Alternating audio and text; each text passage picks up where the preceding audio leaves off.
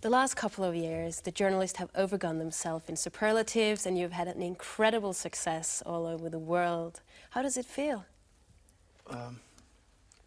It doesn't feel anything for us. It's a lot more work for us, but I think it's just a problem for the media itself, because they have gone over the top and now they have to climb down, but we're still there. We're still a good band. We're even a brilliant band, but it doesn't affect us. No?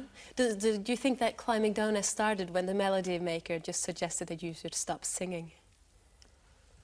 No, but my answer is I think that melody makers should start writing, because they don't write good journalism, do they? You've recorded your records in Icelandic first, and then later for the world market they've been done in English.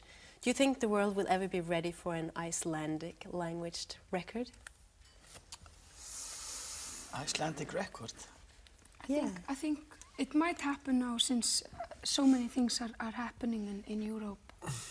You know, people are getting this feeling of unity.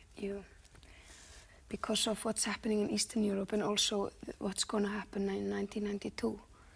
So I'm sort of hoping that to follow that up, people will recognize, you know, countries like Yugoslavia and Ireland and Portugal and Iceland and also the languages.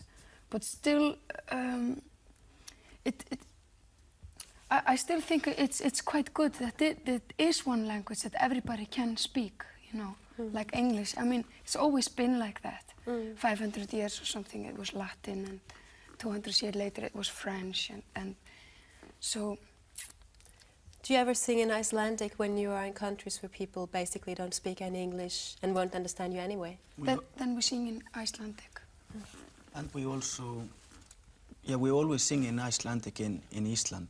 But we also, even though people do understand English, like in London, if we want to tease people, we sing in Icelandic just to get up their nose, just to amuse ourselves.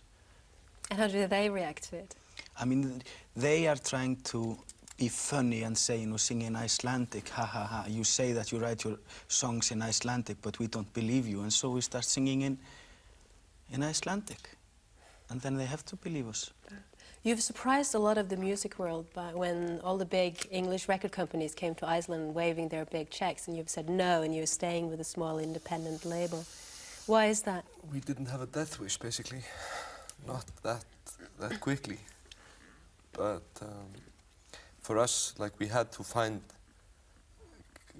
give ourselves the time to figure out what was going on. And also these big checks from the big record companies, they are not money that they're giving you. They own you then. It's just a loan. And so it's better for us that we just had some common sense to start thinking about that, you know, we don't want to be tied because we took some money from a big record company. It's easier to own ourselves. It's really selling away your own responsibility and getting money. But if you do it yourself, if you are responsible yourself and make all the decisions yourself and do all the meetings with the lawyers and all that crap, you still have more chance of getting the money anyway, getting more money. Just putting out a little more work, and you have to be responsible, basically.